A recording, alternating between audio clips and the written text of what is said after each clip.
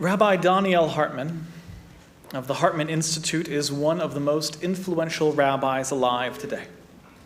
And this last Tuesday, he returned to Toronto to speak at the Packed Sanctuary at Adath Israel. What was supposed to be his final destination became his only destination, as he canceled every other leg of his North American tour. And even for us, he said he almost didn't make it.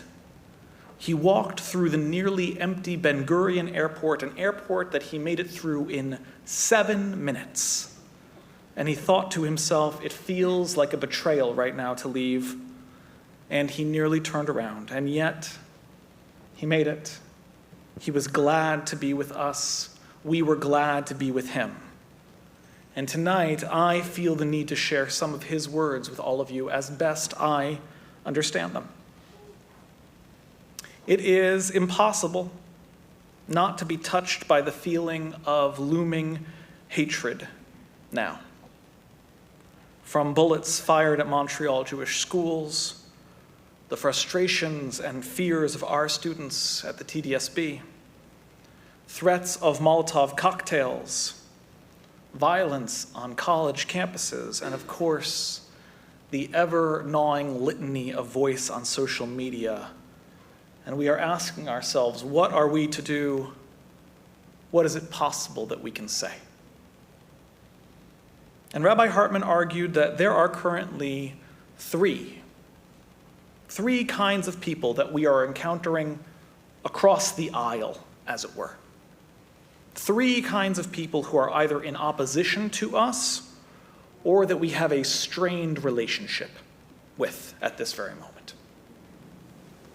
And the first kind of person is, of course, the Jew haters, the anti-Semites, whether they are coming at us from the very far left or from radicalized Islam, from white supremacy, or just from some strange cauldron of impossible mixed belief that allows Jew hatred to always morph into whatever it needs to be at whatever time, they are certainly out at the moment, taking full advantage of a world and a crisis that is giving them free rein to express their vitriol at top volume.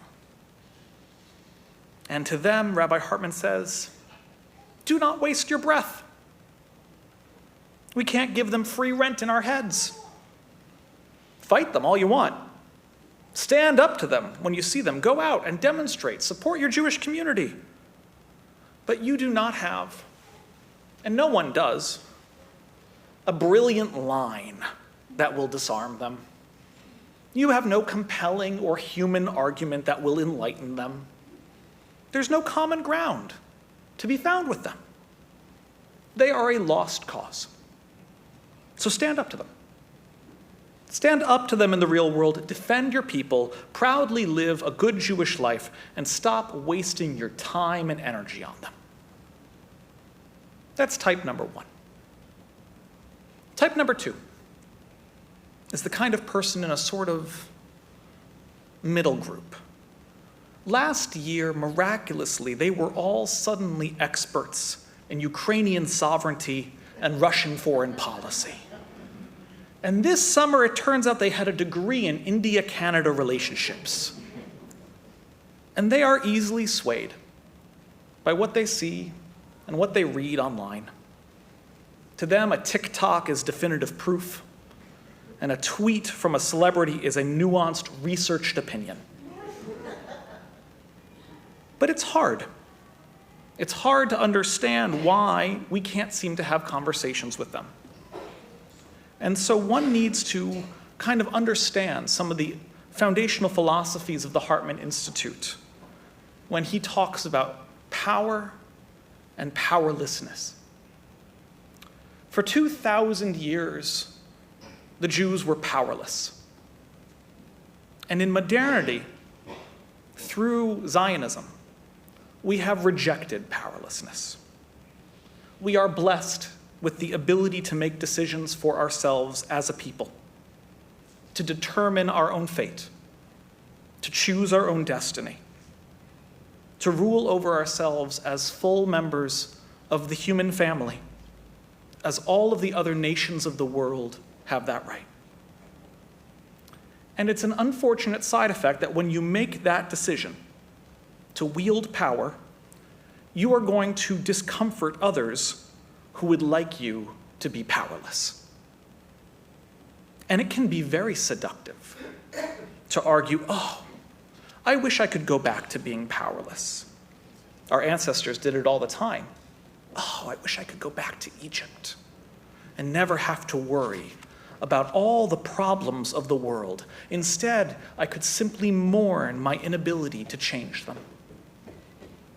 But those of us with common sense know that it's always better to have power, to have the ability to change the world, and also to live with the obligation of morality than it is to be powerless and unable to change the world, but to be innocent of all things. Let me put it a different way. A political party would always rather be in power, even with all the responsibilities and challenges of running a nation. It's a much more desirable thing to have that weighty charge on your shoulders than it is to be in the opposition. No politician runs for office saying, I look forward to criticizing the current government and never having the ability to change anything. And no political party, when given the majority, would ever turn and say, actually, no, thank you. I would much rather not govern so that I can tell everyone else how poorly the current government is handling things. And so, applying that understanding to ourselves, to the Jewish people, we need to remember that within living memory, the Jewish people have decided that we're not going to be powerless anymore. And there's a consequence when you accept that decision. And the consequence is that the people who are not informed and the people who are not educated about the people of Israel's eternal tie to the land of Israel, or that the people who do not understand that the modern state of Israel is the liberation movement of the Jewish people, who can only understand loss and suffering through an unnuanced understanding of intersectionality, they are all going to be very swayed by what they see.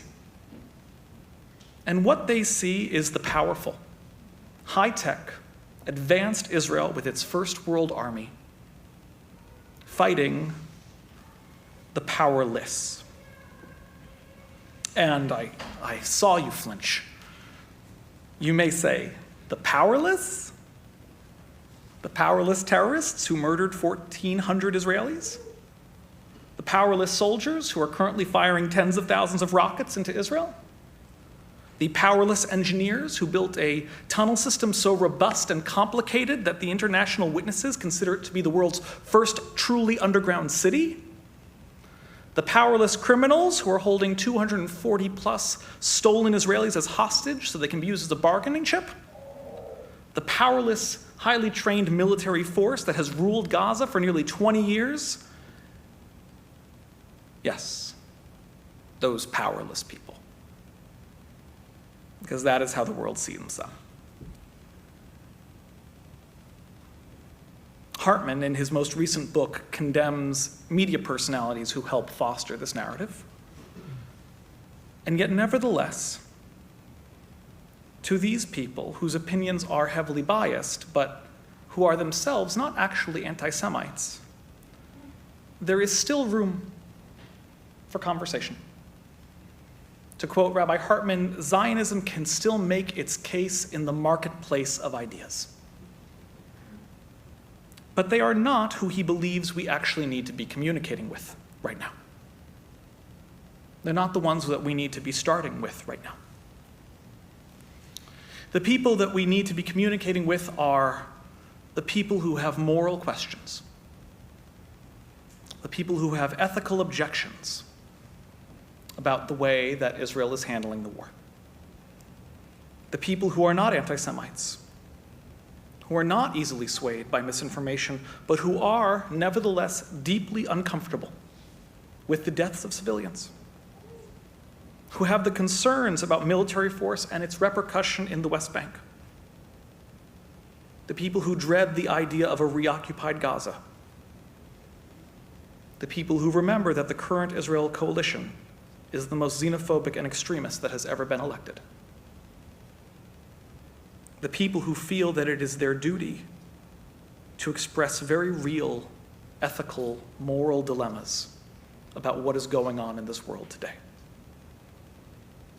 And as this war continues, it is a group of people that will only grow.